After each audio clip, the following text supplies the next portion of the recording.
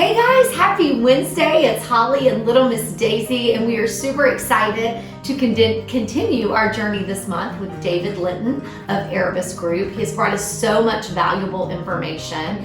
And David, this week I wanted to focus on, I know lately we've seen a lot in the media about ransomware. Is that the proper term? That's it. Yeah. So can you tell us, like, when people are seeing that, can you give us a little more information about what that is and how we can protect ourselves? So ransomware is an attack on a computer system. Usually it's targeted towards a company, but they're starting to target individuals as well. And the ransomware term means that they are locking up all your data. They're taking your data hostage, and you have to pay a ransom to get access to your data again. This is a terrible attack. You can lose all your photos, you could lose any kind of personal tax documents. It's just gone. So the single most important thing you can do to protect yourself from a ransomware attack is back up your data. And backing up your data is both important in the case of an attack, but it's also important in the case of a theft, your laptop stolen out of your car, the hard drive fails, we have failures.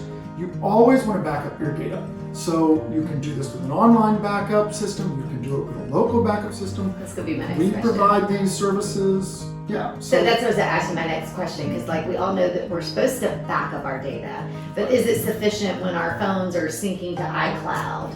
Are those No, unfortunately. Okay, so what should we do in that circumstance? So where are we backing up? Yeah, so it is good if you have an iPhone, you should definitely be turning on iCloud backup. And if you need more space, it is the most valuable few dollars you'll spend a month. Right. Because if you need that space to back up all your photos, you can use that to do it. Now with your computer, it's a little different. So you still want to back up your computer. macOS has a built-in feature called Time Machine. If you connect a drive you go by to your computer, it will ask you, do you want to use this as Time Machine?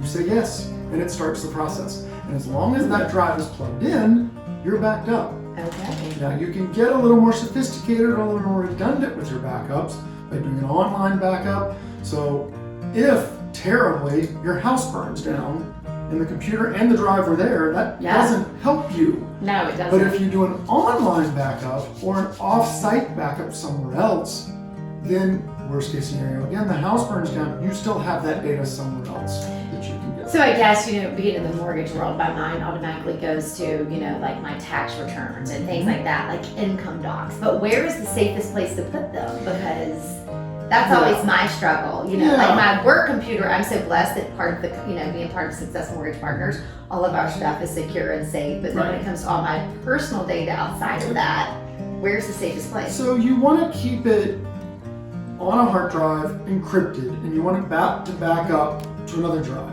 And then there are numerous online services that we could offer and we can discuss with you that will keep data encrypted from one end to the next. So all in-transit encryption and what they call at-rest encryption. So you encrypt it, it's then backed up somewhere else they can't even get to.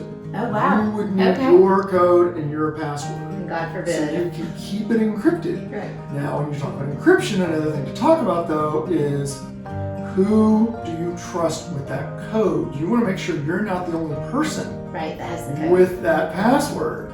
So a spouse or a lawyer, or even having it on a sheet of paper in a deposit box. Where if you die suddenly, in your will and the lawyer says, oh, there's a deposit box, and there's the password to all this stuff.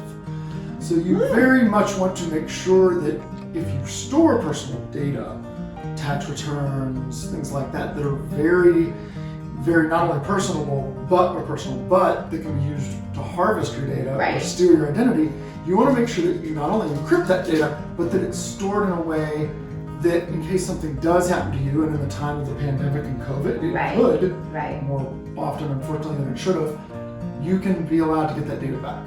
Very good. So these are all things to consider when you're protecting yourself from the loss of data. Okay, so if you are as overwhelmed as I am right now, don't wait.